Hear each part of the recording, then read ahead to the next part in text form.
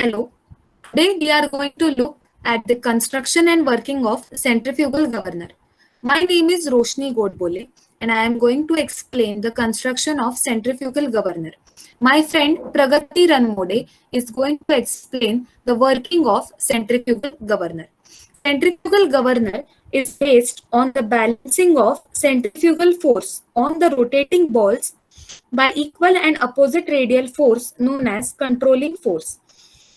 This centrifugal governor consists of two governor balls which are attached to the arm and are pivoted at point O to the spindle. These governor balls are of equal mass. The lower links, link B and B, are attached to the sleeve. The controlling force is provided by the mass of sleeve. The balls revolve with spindle driven by the crankshaft of the engine through bevel gears.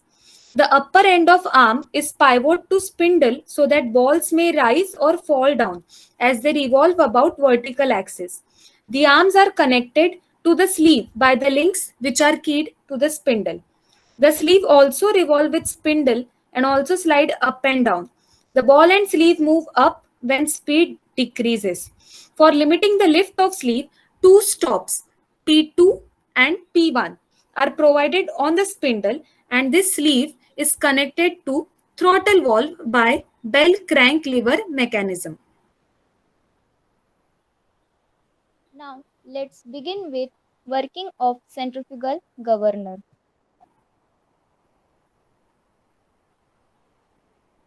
When load on engine increases, the engine and governor speed decreases.